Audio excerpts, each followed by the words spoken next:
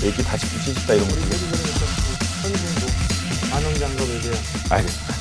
자, 밀리터리 사이언스의 신비한 만남 본게임 오늘도 본 내용으로 곧장 진격해보도록 하겠습니다. 안녕하세요. 저희는 본게임의 SSG입니다.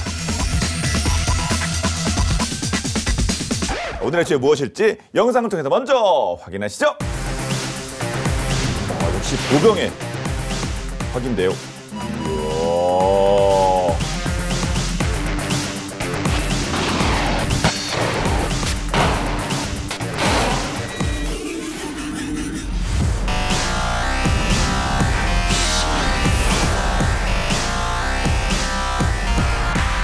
보병이 하늘을 나르는 뭐 비행기는 못 잡겠느냐, 적기는 못 잡겠느냐, 이런 개념인데요. 바로 맨패즈라고 합니다. 자, 그런데 잡기만 하면 가성비는 수백, 수천 배까지 가는데 정말 잡을 수 있습니까? 무슨 마켓 얘기하시는 줄 알았어요. 맨패즈 하니까 무슨 패딩으로 또 생각하시고 붙이는 거 이렇게 장착 뭐 이런 거 아닙니까? 전착? 예. 맞습니다. 그렇게 보시면 되고요. 이제 육군의 지대공 무기는 고도에 따라서 고고도, 중고도, 저고도용 이렇게 나뉘는데 저고도용 무기 중에 하나가 바로 맨패즈인데요. 맨패즈는 맨 포터블 에어 디펜스 시스템의 약어예요. 보병이 갖고 다니면서 쏠 수 있는 그러한 이제 대공 미사일이고요. 물론 뭐 전투기도 잡을 수 있습니다만 헬리콥터라든지 저속 항공기, 예를 들어 북한 같으면 A2기 같은 경우, 그러니까 이제 좋은 표적이 될 수 있겠죠. 최근에 새로운 위협으로 많이 부상한 게 드론 아닙니까? 드론을 잡는 용도로도 이 맨패즈가 부각이 되는데, 사실 더 관심을 아주 많이 끌게 된 그런 결정적인 큰 사건이 하나 있었는데 벌써 재작년이네요. 2019년 9월에 사우디아라비아의 대형 석유 시설이 드론 공격을 받았는데, 이게 이제 후티 반군 분이 공격을 받은 걸로 추정이 되는데, 드론 테러로 인해 가지고 운용을 정지되는 세계적으로 유가 등에도 이제 큰 영향을 끼치고 그랬었는데, 이제 그런 것들이 좀 자극제가 됐고, 네. 가깝게는 전 시간에 얘기한 아르메니아, 아제르바이잔 전쟁, 또 이제 드론 전쟁으로 부각이 되면서 이 드론을 잡는 용도로 또 맨패즈가 다시 한번 우리 본 게임의 주제로 삼을 만큼 관심을 끌고 있는 거죠. 네. 지난번에 그 RPG-7으로 헬기 떨어뜨린 얘기는 했지만 블랙호크 나온 얘기했죠. 예, 계속 그런 식으로 할 수는 없기 때문에, 게다가 요즘은 이제 드론이 말씀하신 대로 심지어 자살 드론 비행 훈련을 또 하고 있거든요. 이란 국방부가 지난 1월에 대규모 무인 정찰기 훈련을 시작한다고 발표를 했는데, 가미카제 방식으로 그냥 자살 공격을 하는 이런 드론들도 등장했기 때문에 이렇게 이런 것들을 막는 그런 방법들, 방식이 굉장히 좀 중요한 상황이죠. 네, 미사일을 쏘는 드론, 뭐 직접 갖다 박는 자살 드론, 이거 드론한테 골칫거리인데, 그럼 이제 어떤 맨패즈가 있습니까? 이거 대응하기 위해서? 네. 미국에서 꺼낸 카드가 우리 뭐 공상과학 영화에 나오는 뭐 레이저 광선이나 뭐 이런 거가 아닐까. 네. 혹시 기대를 할지 모르겠는데, 우리 흔히 얘기하는 구간이 명관이라고 옛날 구간을 다시 불러드렸습니다. 누구냐? 30년 된 구형 미사일. 이 스팅어라고 들어보셨죠? 스팅어는 알죠. 예. 맨패즈의 대명사죠. 길이가 뭐 2m도 안 돼요. 1.5m고 직경이 70mm, 7cm. 7cm니까 사실 얼마나 작은 거예요. 굉장히 작은 겁니다. 그리고 무게도 15.8kg밖에 안 되기 때문에 보병 한 사람이 편하게 운용할 수 있는 이제 그런 거고요. 이 90년대 후반에는 이제 속된 말로 연식이 좀 돼서 이제 은퇴하셨다가, 사진도 연식이 됐잖아요. 이분 지금 다 60 됐을 것 같은데, 이거 오래된 사진이잖아요. 이거 사진 색깔 최신 보면 사진이 없어요. 그러니까 거의 한 40년 된 것 같죠. 그래서 이게 이제 관록 역사를 보여주는 거죠. 2018년부터 미국이 다시 이제 스팅어 미사일 교육 훈련을 재개를 했는데, 이 미사일을 활용하는 팀이 무려 한 600개 정도에 달할 것이라고 합니다. 위에 보시는 게 이제 발사관이고요. 그다음에 미사일은 발사관 안에 이제 들어가 있게 되죠. 그리고 윗부분에 이렇게 직사각형 튀어나온 구조물이 피아식별 안테나를 얘기하는 거고요. 구성품 자체도 보면 심플하게 되어 있습니다. 드론의 위협은 사실 최근 들어서 이렇게 부각되고 있는 건데, 아니 좋은 무기 많고 앞으로 뭐 새로운 걸 만드는 건 모르겠는데, 말씀하신 레이저 같은 거 왜 옛날 거를 다시 컴백시킨 겁니까? 결국은 뭐 문제는 가성비인 거죠. 싸니까. 드론이 싸죠, 솔직히. 그렇죠. 패트리엇 미사일로도 드론 요격이 가능한데, 패트리엇 미사일 최신 패트리엇 3 같은 경우에는 한 발당 $385만. 40억이 넘네요. 42억 8천만 원인가 뭐 그 그렇더라고요. 드론을 잡아요. 뭐 소 잡는 칼, 못 잡는 칼 이런 얘기처럼 이게 그렇죠. 안 맞구나 이 격이. 네, 이거는 그야말로 지금 파리채를 써야 할 것을 네. 무슨 핵폭탄을 쓰는 것 같은 그런 상황인데 예. 실제로 무장단체에서 사용하는 드론이 수십만 원짜리거든요. 예. 그러니까 가성비가 너무 떨어지니까 이제 스팅어 같은 경우는 어떠냐면은 이제 38,000달러인데 이거는 미사일은 한 방 쏘는 거지만 이거는 이제 계속 쏘는 거잖아요. 게다가 네. 뭐 가성비에서 비교가 안 된다고 봐야죠. 패트리어트 중에 최신형이 이제 MSE형이라고 있어요. 그거는 이제 요격고도 좀 높고 그런데 그거는 한 발에 무려 62억 원입니다. 그러니까 말이 그렇지. 정말 장난 아닌 1타 가격이. 3피 4피 하는 것도 아니잖아요. 그렇죠. 비싼 거라고 예, 장난 아닌 그런 건데 약간 상대적으로 중고도 고고도 요격 방공망에 신경을 쓰다 보니까 상대적으로 저고도에 좀 덜 신경을 쓰는 이제 그런 상황이 됐는데 이제야 이제 영어로 이제 로어 에드라고 부르는 에어 디펜스라고 불리는 저가 사거리 연장형 방공 미사일 등에 이제 관심을 갖고 있는 이제 그런 상황이고요. 그에 비해서 우리는 최근 뭐 올해 안에 되지는 않았지만 아주 최신판 휴대용 대공 미사일을 갖고 있죠. 예. 그건 뭔 궁입니까? 신궁이라고 부르는. 새로운 거니까 신궁입니까? 예. 근데 신자가 무슨 신자일 것 같습니까? 새로운 신 아니에요? 새 신도 있고 귀신 신도 있죠. 한때는 이 귀신 신자로 알려졌어요. 네. 말 되잖아요. 상대로 귀신을 만들어야죠. 신이 쏘듯이 정확히 맞출 수 있는. 신의 쏘듯이가. 그러니까 우리가 신의 방패처럼 신의 그렇죠. 궁이 활이다. 아니 그리고 우리가 아주 뛰어난 궁수를 신궁이라고 그렇죠. 표현하죠. 올림픽 때도 많이 쓰는 말이에요. 신궁이란 말. 그렇죠. 그렇죠. 예. 네, 귀신 같은 예. 그런 그 궁수다 그러는데 그 신자가 아니고 새 신자입니다. 그렇군요. 네. 알겠습니다. 또 지난 시간에는 우리가 현궁을 살펴봤는데 그리고 또 오늘은 또 신궁도 한번 계속 들여다봐야 될 것 같습니다.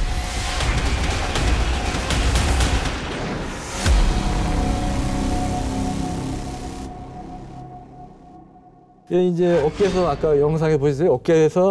어깨에 올려놓고 쏘는 네. 어깨 견착식 이런 이제 방식인데 사실은 너무 무겁거나 아니면 미사일 추력이 너무 세면 흔들리지 않겠습니까? 그렇겠죠. 그러니까 사수가 굉장히 불안정할 수 있고 잘못하면 부상도 입을 수 있고 명중률도 떨어질 수 있는 이런 상황이기 때문에 사수가 부담을 느끼지 않을 정도로 가볍게 해야 되겠다. 스팅어를 만든 기본 방향 중에 하나가 이제 그런 거고요. 그래서 미사일 자체도 작고 가볍게 이제 만든 그런 특징이 있고 그러다 보니까 보병뿐 아니고 정말 다양하게 활용을 될 수 있는 거죠. 그래서 뭐 건물이 숲속, 산속, 함정 위 뭐 이런 데서 이제 쓸 수가 있는 것이고 다른 이제 대형 대공 미사일이 커버하지 못한 낮은 고도도 방어할 수 있게 되는 것이고요.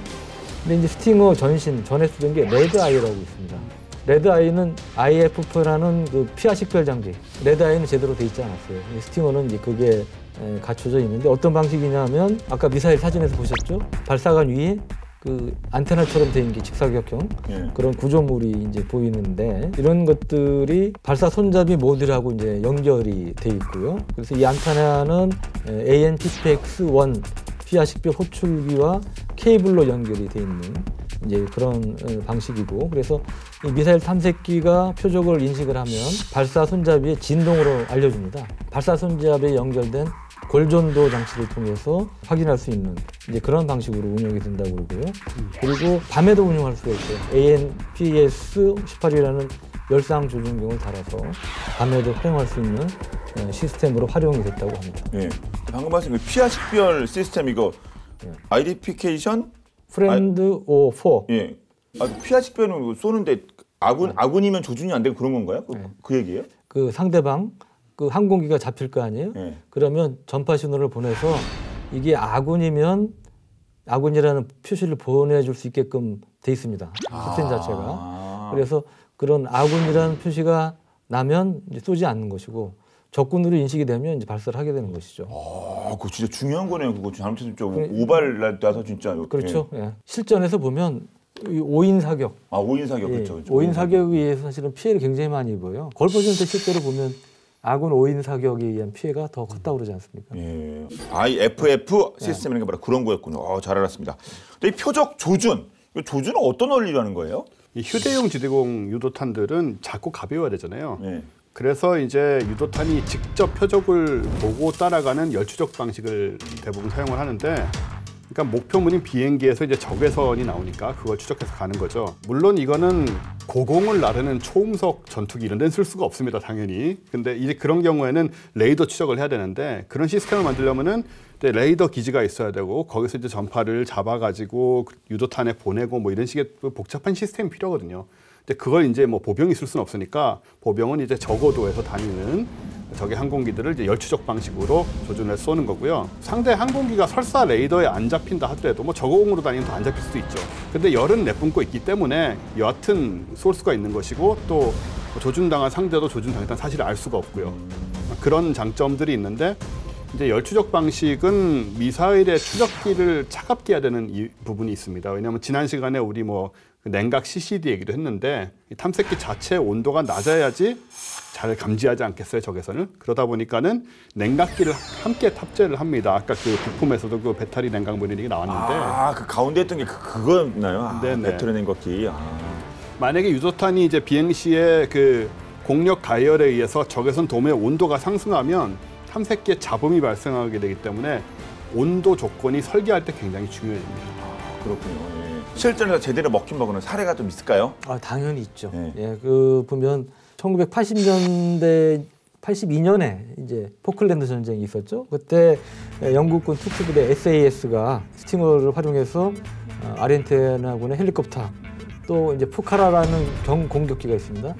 프로펠러 달린 경공격기인데 이거 등을 이제 격추시키면서 실전 기록을 세웠고요. 그게 이제 거의 최초 실전 사례로 이렇게 기록이 된 것으로 알려지고 있는데요. 그 뒤에 1986년 9월에 무자히딘 조직의 하나인 굴부딘이 이끄는 헤자비 이슬라미 이 한 전사가 자라리바드 그 인근에서 스팅어 미사일로 소련의 공격 헬기 MI-14 하인드, 밀-24 하인드를 격추하는데 이제 처음으로 성공했다고 합니다. 그러니까 이게 소련이 80년대 아프가니스탄 침공해서 10년 정도 이제 전쟁을 했어요. 그때 영화 이제 람보에도 등장합니다만 MI-14 하인드 이 공격 헬기가 무자히딘한테 공포의 대상이었는데 이 하인드 공격 헬기를 잡는데 많이 활용된 게 바로 이 스팅어 미사일이었죠. 근데 보통 이제 무자히딘 그 영상 떠올리면은 보통 이제 뭐 당나귀 뭐 낙타 뭐 이런 거 타고 다니시는 그런 분들인데 아니 스팅어 미사일 갑자기 어디서 난 거예요 그게? 어디서 좋겠어요? 미국밖에 더 있겠습니까? 그 당시 미국에서 만든 지 또 얼마 안 된 비교적 신형 무기인데 그때는 최신상이네요. 네, 신형 무기죠. 네. 그런데 이때 이제 79년부터 89년까지 10년간 소련이 아프간 침공을 하니까 미국 입장에서 가만히 두고 볼 수는 없잖아요. 그렇다고 미군이 직접 들어가서 싸울 수는 없고 그래서 뭘 했냐? 대리전을 핀 겁니다. 그러니까 반군들 뒤에 CIA 등에서 각종 무기, 물자 이런 자금을 공급을 해줬죠. 그래서 그 반군이 아프가니스탄 반군이 소련군하고 대리전을 했다는 것도 볼 수가 있는데 사이클론 작전이라는 그런 암호명도 이제 붙었다고 그래요. 그래서 이 작전의 일환으로 무자히딘에 제공한 스팅어 미사일이 발사기만 250개 그리고 미사일은 그 2배인 500발 정도 제공이 됐고 이것 때문만은 아니지만 이 스팅어를 포함해서 무자히딘이 격추한 소련군 항공기가 아까 말씀드린 MI-14 하인드를 포함해서 무려 250여 대에 달했다고 합니다. 와, 확률 꽤 높네요. 그렇죠. 큰 펴줬는데 200 몇 대면 떨어뜨린 게. 네, 근데 물론 여긴 스팅어만 쓴 건 아닙니다. 뭐 다른 것도 포함해서. 그래서 이제 이때 스팅어가 사실은 그런 식으로 좀 떴었죠. 반군 지도자 중에 한 사람이 마수드라는 사람이 있는데 우리가 소련에 대항할 성전에서 이슬람 전사가 필요로 하는 것은 단 두 가지다. 하나는 뭐겠어요? 코란이겠죠. 이슬람 성전이니까. 다른 하나가 스팅어. 그러니까 얼마나 높은 평가를 받은 겁니다. 이 스팅어 때문에 소련군 항공기들이 이제 엄청난 피해를 입었고 이것이 결국 1989년 2월에 소련이 아프간에서 철군하는데 큰 요인이 됐다. 그 미국이 사실은 뭐 그 미사일 중에서 수출 안 하는 것도 있잖아요 전략적으로. 근데 이 스팅어는 뭐 이슬람 반군한테 줬을 정도면 적극적으로 좀 팔고 이렇게 수출했나요? 80년대 초반에 나토 맹방인 이제 독일, 그 다음에 그 외 유럽 여러 국가인 그리스, 네덜란드, 터키 뭐 이런 유럽 컨소시엄이 스팅어 미사일을 라이센스 생산, 제조하는 것을 허용했다고 그러고요. 그 뒤에 이제 스위스와도 공동 생산 협정을 체결했다고 합니다. 그럼 뭐 저는 보지 못해서도 우리 대한민국도 이거 운영했겠네요. 올림픽 때 88 서울올림픽 때 관심이 있어서 이거를 가져오려고 했는데 미국이 수출을 거부를 했어요. 그런 일이 있어서 대신 이제 선택한 게 뭐냐면 프랑스의 미스트랄이라는 걸 대신 우리가 갖고 오게 됩니다. 아, 미국이 수출 안 해줘서 이걸요, 스팅어를? 네네. 1989년에 계약을 체결하고 92년부터 도입이 됐고 이건 견착식이 아닙니다. 보시면 아시겠지만 삼각형 거치대를 사용을 하고 2명이 이쪽으로 운영을 해요. 유효 사거리는 5.5km, 최대 7km고 텅스텐 파편을 사용하는 고폭 파편 탄두 2.95kg, 거의 3kg에 달하는 탄두를 쓰게 되는데 성능은 굉장히 좋은데 굉장히 무거워요. 이게 발사체와 발사대가 각각 20kg가 넘고요. 아까 뭐 스팅어라 이런 거랑 비교하면 어마어마한 거죠. 발사체는 보관 용기에 보관 중일 때는 55kg이나 돼서 말이 휴대용이지 실제로 이걸 사수와 부사수가 뭐 들고 다니면서 운용한다는 거는 불가능하다고 보시면 됩니다. 대신에 탄두의 무게가 늘어난 만큼 위력 면에서는 스팅어에 비해서 이제 압도적이고요. 스팅어가 단발 살상률이 60-70%라고 본다면 미스트랄은 90%를 달한다. 한 발로 격추를 할 능력이 그 정도로 강하다는 거고요. 그러니까 명중한 비행체가 살아남을 가능성이 거의 없다는 거죠. 신관은 레이저 근접 신관이고요. 그래서 명중하지 못할 경우를 위해서 이제 자폭 장치도 채택이 돼 있고 높은 범용성을 지니고 있기 때문에 이제 포병이 휴대할 수 있는 형태는 당연한 것이고 차량, 고정 포대, 빌딩, 뭐 GOP, 헬기, 함정에까지 또 사용을 할 수가 있고 또 공대공이나 함대공 미사일의 용도 변경도 가능하게 있습니다. 예. 우리가 미국의 스팅어가 아니라 프랑스의 이 미스트랄을 썼으면 그러면 이 신궁이 어떤 뭐랄까 참고 모델쯤 됐을까요, 이게?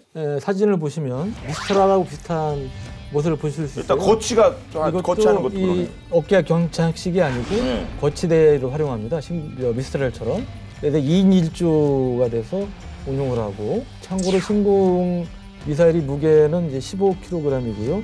길이는 1.6m, 직경은 90mm, 9cm입니다. 미스트랄보다는 3kg 정도가 가볍고 길이도 20cm 정도가 짧다고 할 수 있고요.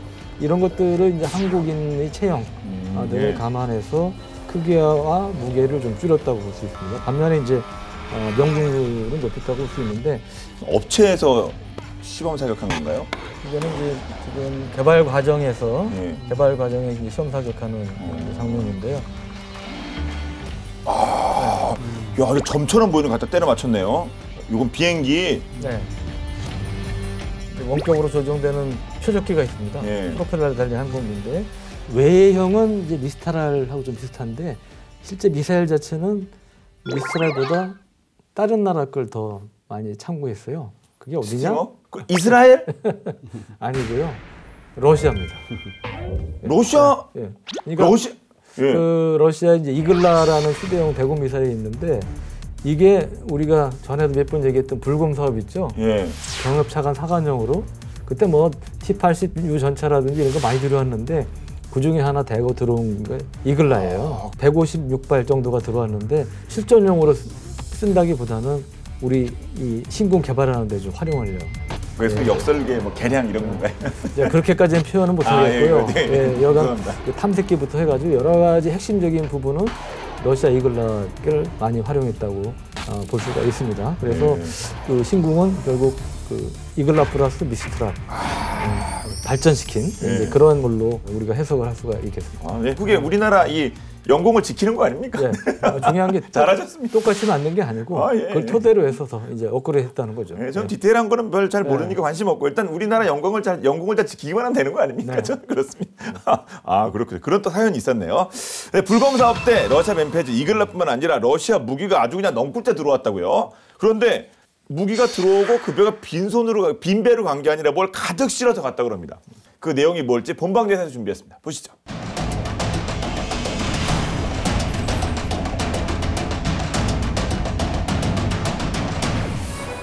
짜파구리가 뭐야?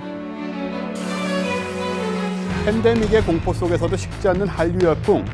아카데미 사관왕에 등극한 영화 기생충으로 전 세계에 짜파구리 붐이 일어나는가 하면 조선시대 좀비 드라마 킹덤의 인기몰이로 미국 최대 온라인몰 아마존에 갓과 호미가 팔리는 사태로 발생했는데요. 그런데 여기 1990년대부터 러시아 전역을 휩쓴 원조 한류가 있었으니 뜨끈한 국물이 일품인 국민 먹거리 라면과 오랜 세월 한국인의 정을 상징한 국민 과자 초코파이가 바로 그 주인공입니다. 이 두 먹거리가 어떻게 러시아를 휩쓸었냐고요? 그 배경에 이글라 미사일과 BMP-3 등 무기 거래가 얽혀 있었다면 믿으시겠습니까? 국민 간식과 국민 무기의 수상한 만남, 어떤 사연일지 지금 함께 보시죠.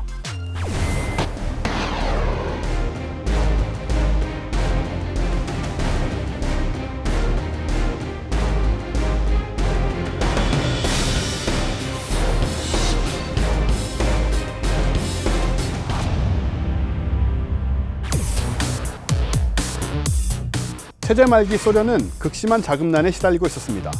이 나라 저 나라에게 도움의 손길을 뻗고 있던 그때 소련의 손을 가열차게 잡은 국가가 나타났으니 바로 우리나라였죠. 우리 정부는 북방 정책을 성공시키겠다는 일념으로 1991년까지 소련에게 무려 14억 7천만 달러를 송금했습니다. 14억 7천만 달러라고 하면 당시 우리 외환 보유고의 5%에 가까운 엄청난 금액이었기에 보내는 우리나라도 손 좀 떨렸을 겁니다. 그런데 이 무슨 운명의 장난인지 빚을 채 갚기도 전에 소련이 해체되고 만 것이죠. 돈을 떼일지도 모르는 상황에 우리 정부는 긴장할 수밖에 없었죠. 다행히 국제법상 소련을 계승한 러시아가 채무 상환 의무를 이어받게 됐고 러시아는 소련이 빌려간 금액을 갚아 나갔습니다. 맨 처음에는 현금과 알루미늄을 보내왔어요. 그런데 한 푼 두 푼이 아쉬운 러시아 입장에서 현금 융통이 잘 되는 피 같은 알루미늄을 보내는 게 아깝지 않았겠어요? 결국 러시아는 이를 대체하기 위해 잔머리 지수, JQ를 굴리기 시작했고 그러던 중 굿 아이디어가 뇌리를 스쳤으니 너희들 이런 무기 본 적 있어? 돈 대신 우리 최신 무기를 좀 갖다 줄까? 라며 채무 변제를 무기로 하겠다고 요청해 온 거죠. 소련의 붕괴로 방산물자가 넘쳐났던 러시아 입장에서는 큰 돈 안 들이고 있는 무기로 퉁치자는 의도였지만 이게 우리로서도 초대박이었습니다. 그도 그럴 것이 친서방 국가가 얻기 힘든 러시아제 무기를 정품 그대로 기술까지 받게 되는 상황이었기 때문이죠. 윈윈이라고 생각한 우리 정부는 콜했고 러시아는 약 2억 1,400만 달러 규모에 해당하는 채무를 무기로 변제했습니다. 이때 BMP-3 보병 전투 장갑차와 T-80U 전차 그리고 이글라 보병 휴대용 지대공 미사일 등이 우리나라로 들어왔는데요. 성능이 다운되지 않은 신형 무기들이 직수입되면서 철저한 분석을 통해 누구도 주지 않은 신기술을 습득하는 계기가 됐습니다. 그러한 기술은 고스란히 K2와 천궁 그리고 신궁 등 국산 무기 개발에 적용되어 오늘날 방산 선진국에 기여했으니 신받다 할 수밖에요.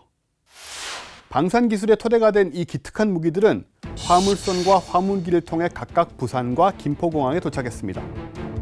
이 많은 무기들을 싣고 오려면 화물선과 화물기가 얼마나 컸을지 짐작하시나요? 그런데 바로 여기서 주목할 만한 일이 벌어지는데요. 러시아 선원들이 그 큰 화물선과 화물기 안이 가득 찰 만큼 많은 양의 초코파이와 네모 용기의 컵라면을 사들이기 시작한 것입니다. 아는 맛이 무섭다는데 얘들은 대체 언제 먹어봤다고 우리 먹거리를 대량 구매한 걸까요? 사실 1990년대 초부터 보따리 장수들에 의해 우리나라의 초코파이와 컵라면은 조금씩 러시아로 넘어갔고 그곳에서 입소문을 타고 있었는데요. 극강의 추위를 자랑하는 러시아에서는 차를 계속 데워 따뜻하게 마시는 풍습이 있었고 오래 데우면서 차가 졸여져 쓴맛이 강했다고 합니다. 그 쓴맛을 중화하기 위해 쓴 차에 달콤한 과자를 곁들였으니 이게 바로 꿀조합이었던 거죠. 하지만 과거 공산국가들은 간식과 같은 필수품을 생산하는 경공업의 기반이 약했습니다. 그러던 차, 공산권이 무너지자 각국의 간식들을 저렴하게 들여올 수 있게 됐고 덩달아 초코파이가 인기를 끌게 된 것이죠. 또 추위를 이겨내기 위해 열량이 높은 음식을 선호하는데 우리나라의 네모 컵라면이 러시아 전통 수프로 꼽히는 보르시와 맛이 비슷했던 겁니다. 취향 저격이 이런 건가요? 게다가 원래 러시아 선원들이 사용하던 휴대용 스프 용기와 비슷하기까지 했으니 보따리 상인들에 의해 넘어가는 시대는 이제 그만 통 크게 화물선에 실어가기로 한 거죠. 이리하여 우리 땅으로 무기를 옮겨다준 화물선과 화물기는 초코파이와 컵라면을 가득 싣고 고국으로 돌아갔습니다. 이때 실어간 물량은 동부 대도시인 블라디보스토크를 중심으로 퍼지기 시작했고 맛을 본 사람들의 재구매가 쇄도하여 K푸드의 수출 신화를 이루게 되었습니다. 물밀듯 밀려드는 수요를 감당하기 위해 초코파이 업체는 현지에 공장을 세웠고 그야말로 대초코파이 전성시대가 도래했죠. 초코파이의 글로벌 합산 누적 매출액은 2018년까지 무려 5조 2,420억 원에 달한다는데요. 만약 러시아가 무기로 변제하지 않고 현금으로 채무를 갚았다면 초코파이의 위상도 또 우리 방산 기술의 수준도 오늘과는 다소 달랐을지도 모르겠는데요. 전혀 관계없을 것 같던 초코파이와 무기 사이의 이야기가 참 흥미롭네요.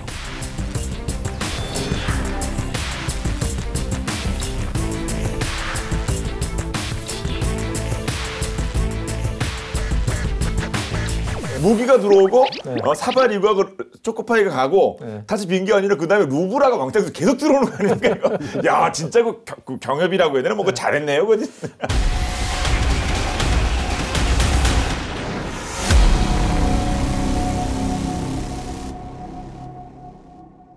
코리아 맨페즈 우리 신궁만의 장점 또 뭐가 있을까요?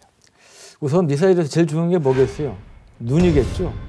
이게 눈이 제대로 달려야 그 때리죠. 예, 봐야 잘 봐야 표적을 때리죠. 쫓아가서 맞출 거 아닙니까? 네. 특히 대공 미사일 같은 경우 이 고기동을 해야 되기 때문에 이제 눈에 해당되는 게 이 탐색기인데 요즘은 이 적외선 탐색기에 대한 기만 수단이 많이 발전하지 않았습니까? 네.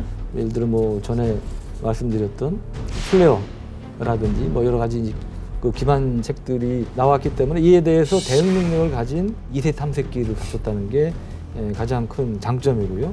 구형의 기존의 열추종 미사일들은 그 엔진의 배기열 또는 비행기에 이제 마찰에 생기는 뜨거운 부분들이 있을 거 아니에요.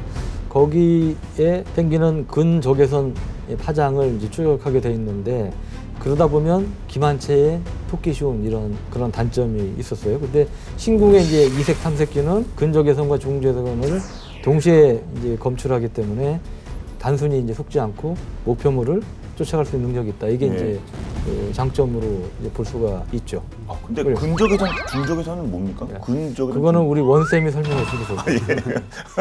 왜 우리 저 근적외선 뭐 난로도 있잖아요. 원적외선, 근적외선, 그 원방기도 근적외선, 있고 그런데 중적외선, 원적외선으로 가는 거예요?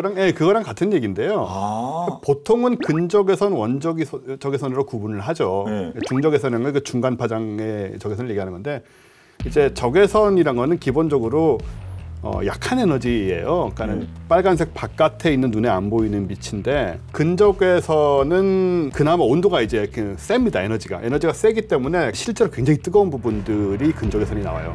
그래서 근적외선을 포착을 하게 되면은 저 항공기가 날아가는 마찰열이나 배기 가스 있잖아요. 나온 다음에 그런 데서도 방출되거든요. 그러니까 중적외선과 근적외선을 다 추적을 하게 되면 그래서 다른 걸로 속여도 실제로 이제 이게 엔진과 그 빠른 속도로 가는 항공기라는 거를 확인하고 쫓아갈 수가 있게 되는 거죠. 아, 진짜 신궁이네요. 신궁. 네. 예. 우리가 이제 충격 신관 직접 부딪혀서야 터지는 것과 네. 근접 신관 프락시미티 퓨즈라고 그러는데 이거는 직접 충격하지 않고도 표적 근처에 가면 폭발하게끔 돼 있는 이거를 같이 갖고 있어서 표적에 직접 명중을 안 하도 근처에 가면 터져서 그 파편으로 항공기를 격추할 수 있는 이제 그런 능력을 갖출 수 있죠. 반경 1.5m 이내에 근접을 하게 되면 자동으로 폭발해서 이제 타격을 하는데 거기서 생기는 파편이 무려 한 720개 정도가 됩니다.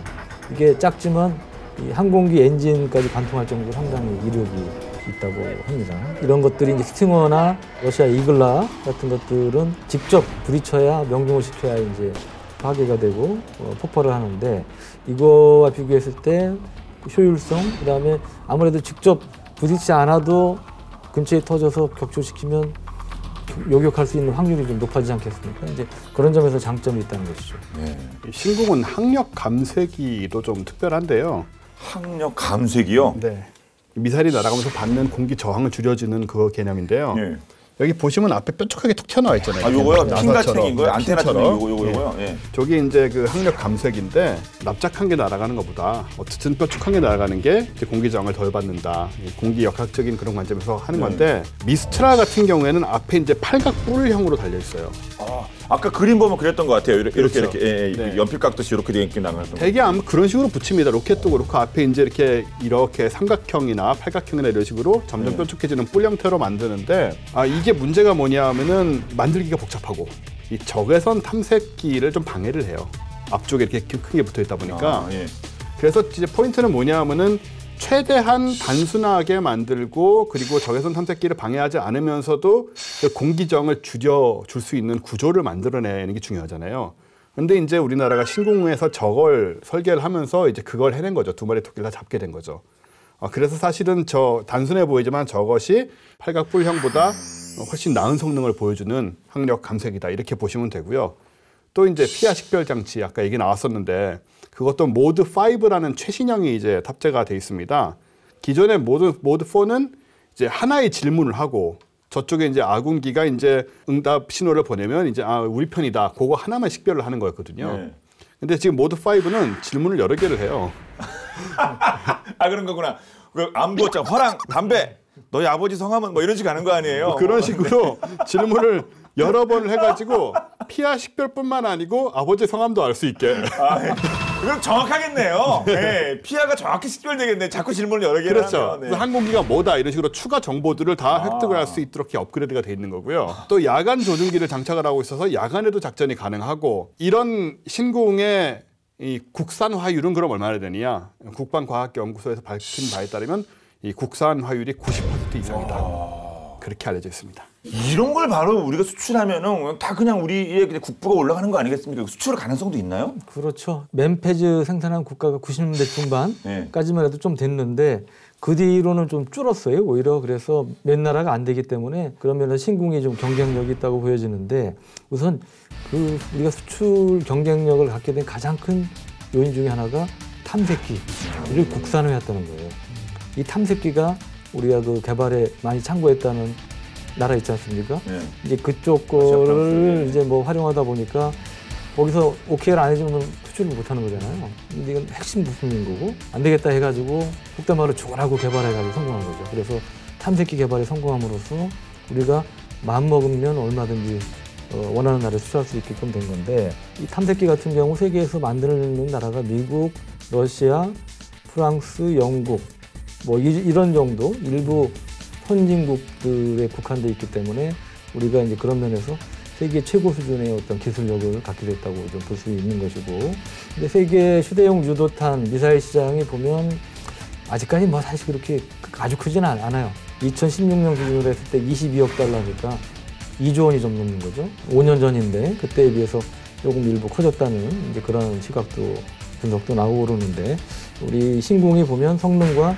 가격 면에서 좀 경쟁력이 있다 이런 얘기들이 많이 나오고 있습니다. 예, 그 무인기 위협, 뭐 드론 위협 이런 것들 계속 나오는 거 보면 이 시장도 분명히 좀 확대가 될 것 같긴 합니다. 제가 짧은 생각입니다. 근데 또 구체적으로 필리핀 쪽에서 뭐 이미 뭐 입질 이렇게 뭐 좀 이렇게 뭔가 러브콜이 좀 있다면서요? 네, 필리핀 육군이 최근 그 포트 막사이사이라는 육군 포병 연대 본부에서 네. 드론과 저공비행 헬기 등에 대비하는 제2 방공포대를 가동을 했습니다. 그래서 이제 필리핀 육군이 프랑스의 미스트라를 하고 우리의 신궁을 지금 재고 있는 상황인데 두 시스템이 이제 모두 유사한 장비의 더 큰 풀에서 선택된 후에 최종적으로 지금 명단에 오른 두 개가 돼 있는 거고요. 필리핀 육군이 이미 두 시스템을 평가를 이제 한 상황인데 규모가 미화 4,460만 달러 규모래요. 22억 7,500 페소라고 하는데 두 개 포대용 그 쇼레드는 쇼트레인지 에어 디펜스 시스템을 도입할 계획이 있고요. 결정은 금년 중에 내려진다고 합니다. 네. 그러면 이제 납품은 2024년 이전에 완료가 될 것이다. 이거 좋은 결과가 나왔으면 좋겠습니다만. 네. 우리나라도 미스트랄 신궁 이거 어떻게 운영합니까? 육군의 방공부대, 특히 이제 수도권 지역의 이제 방공부대라든지 일부 해군 함정에서 운용을 하고 있었어요. 사실은 호위함이라든지 점차적으로 이제 특히 육군 같은 경우 미스트랄은 이제 2선으로 물리고 1선은 이제 신궁이 맞는 쪽으로 많이 변화가 되고 있습니다. 네. 1선이 신궁, 예. 2선이 미스트랄. 미스트랄, 예. 그렇죠. 필리핀도 알고 있겠죠? 1선이 신궁, 2선이 미스트랄. 네. 근데 신궁이랑 미스트랄을 고려한다고 합니다. 앞으로 오래 했어야 될 건데 참고하시기 바랍니다. 네. 신궁의 플러스에서 우리에게는 30mm 자주대공포인 비오의 신궁을 장착한 비오복합이 있습니다. 전에도 언급한 적이 있는데 이 비오복합, 하늘을 나르는 이 호랑이 같은, 날개 달린 호랑이 같은 이 비오복합이 또 인도 육군의 대공 방어체계 사업 수주에 도전하고 있다. 야, 요즘 이거 K방산 수출력이 엄청 나오는데 이 부분도 체크해봐야겠네요. 그렇죠. 인도가 사실 또 굉장히 큰 방산 시장인데 인도의 이제 K9 자주포 백문 수출도 사실 몇 년 전에 성공을 했는데 대공포, 단거리 대공무기 사업도 우리가 유력한 후보로 돼 있어요. 원래 2018년도에 인도군 시험평가에서 우리 비오복합이 그 러시아제를 꺾고 단수 후보에 올랐습니다. 근데 이 사업이 작잖아요. 3조 원 규모인데. 그래서 이제 우리 이제 마지막으로 우리 활용 점정이라고 거기서 이 계약 이 도장만 찍으면 된다.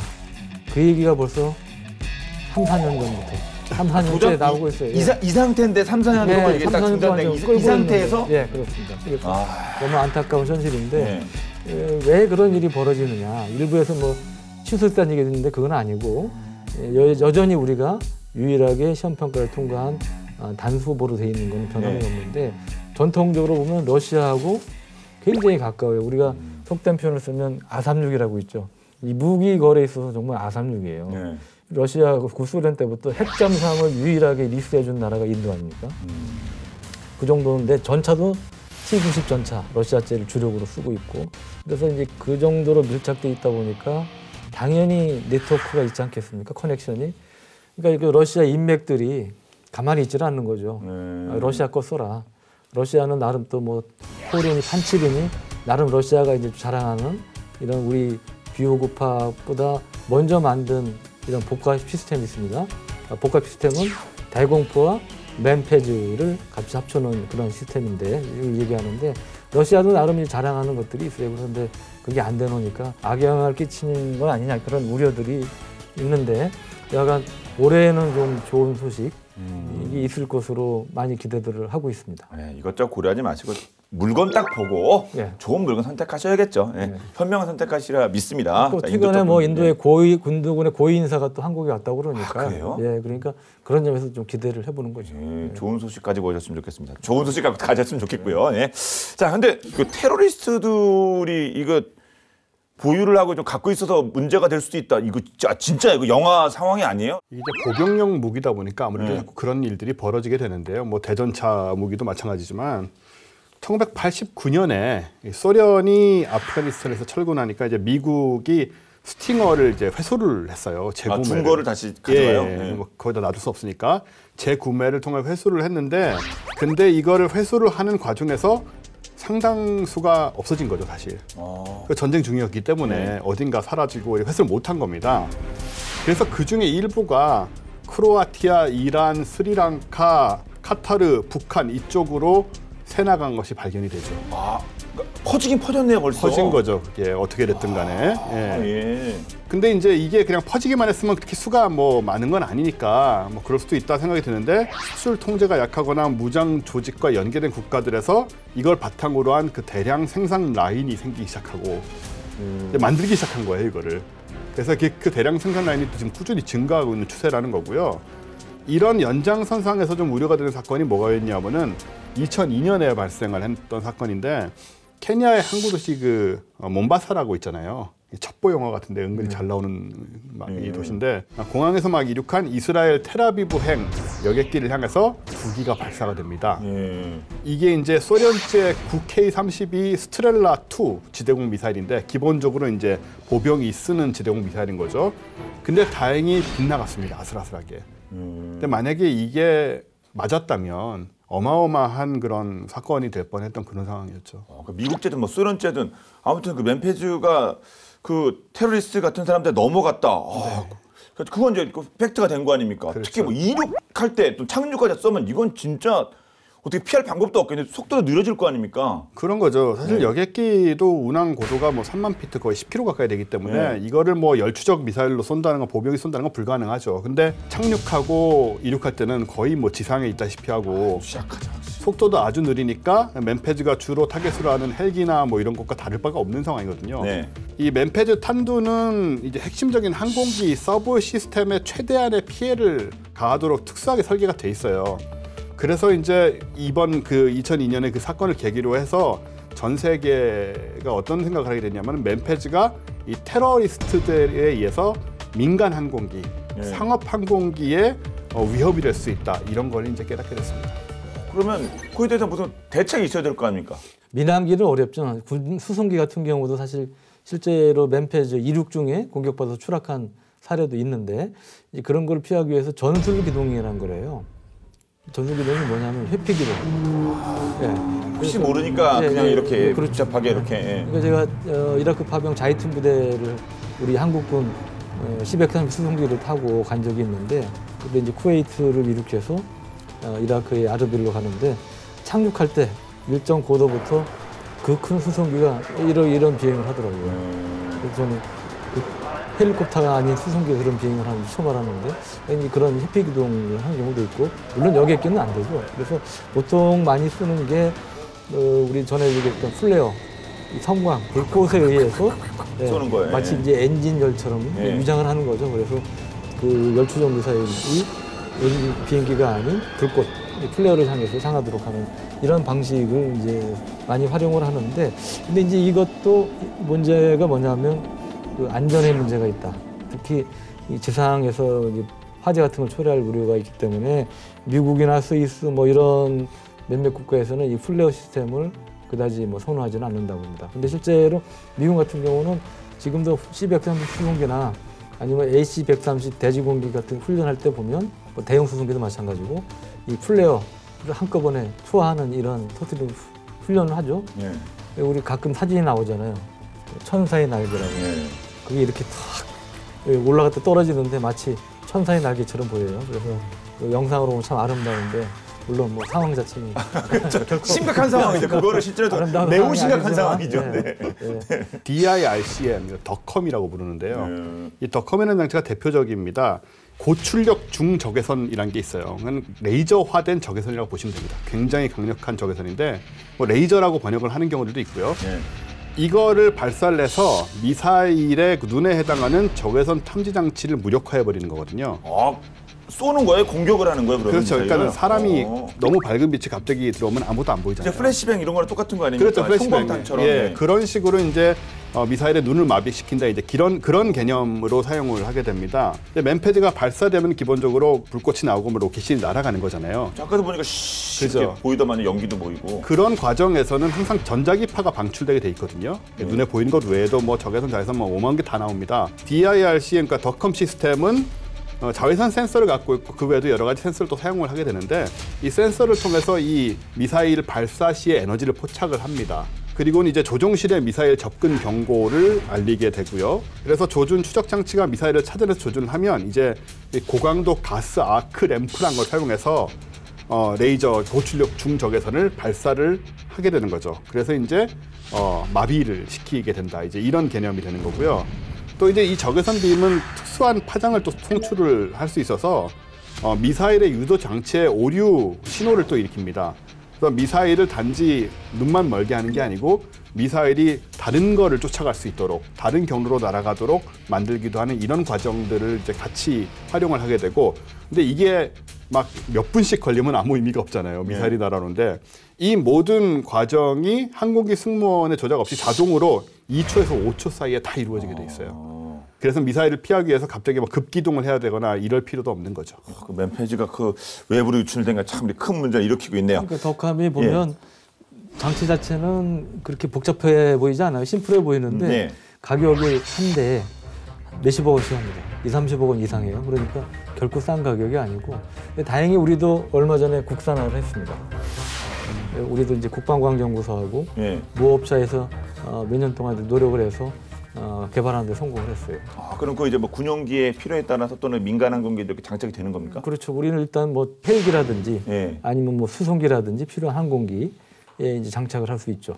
그렇군요. 예, 좋은 소식이 또 들려오고 있었네요. 자, 이렇게 해서 오늘은 보병 필살기 2 드론 잡는 무기체계 맨페즈에 살펴봤는데요. 자, 끝으로 한 말씀씩 부탁드리겠습니다. 그러니까 우리나라도 사실 드론 공격을 받을 가능성이 꽤 큰 나라잖아요. 여러 네. 가지 뭐 북한의 뭐 개발도 그렇고 옛날에 뭐 비슷한 게 날아왔던 적도 있고 뭐 공격을 받은 건 아니지만 네. 그래서 이런 쪽으로도 계속 좀 신경을 써야 될 것 같고 가격이 낮은 그런 장비라 하더라도 막상 우리 쪽에 공격을 받으면 굉장히 치명적일 수 있기 때문에 여기에 계속 좀 대처해 나가는 신기술 개발 그리고 무기 개발 이런 것들이 중요하다는 생각이 드네요. 네. 맨페즈가 사실은 이제 미사일 아닙니까? 그런데 사실 드론 관련해서는 일종의 기관포의 재발견이라고 그럴까요? 우리가 이제 가성비를 따져봐야 되는 네. 거죠. 미사일은 아무리 싸도 1억 원 이상이에요. 근데 기관 총탄, 기관 포탄은 훨씬 싸죠. 물론 뭐 몇십 발, 몇백 발 쏴야 이제 격추할 수 있는 거지만 그래서 이제 그런 면에서 보면 복합 체계, 비오버크 같은 게 굉장히 효용성이 있는 무기다. 왜? 미사일과 기관포가 같이 결합된 거니까.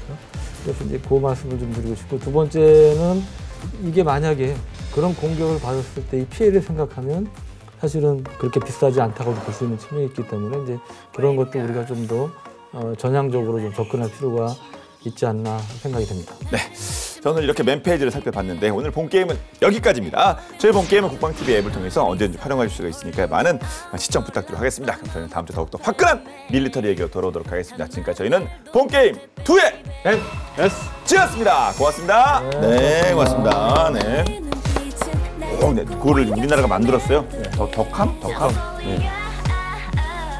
그게 이제 그 만들 수 있는 나라가 많지 않아요. 많지 않고 이제 보면 이스라엘이 또 오히려 앞서가고 그러는데 이제 점점 처음에는 굉장히 커요. 덩치가